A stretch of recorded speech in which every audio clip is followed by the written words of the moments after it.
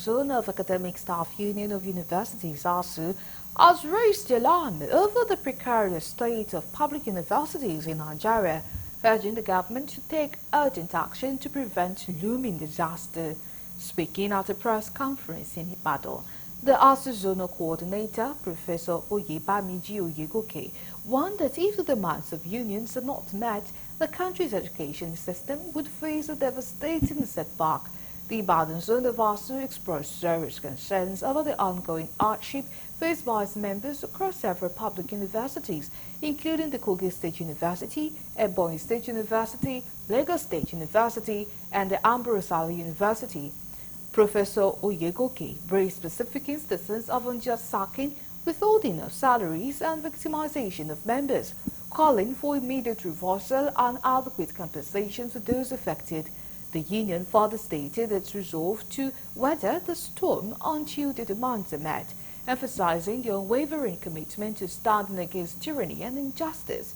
The union, however, appealed to many Nigerians, opinion leaders, traditional and religious leaders, media, labor movements, students, groups, and civil society organizations to join hands in putting pressure on the federal and state government to address the union's demands, which are aimed at rescuing the education sector from further decline. Professor Oyegoke stressed that Asuu remains resolute in its stance against the victimization of its members and urged all stakeholders to take heed of the popular saying, "A stitch in time saves nine," meaning the quick action taken now will prevent more significant problems from arising in the future. Others who also spoke lamented the rate members are dying of inability to afford basic needs. 10 years, average budgetary allocation by successive Nigerian governments to education has hovered between 5 and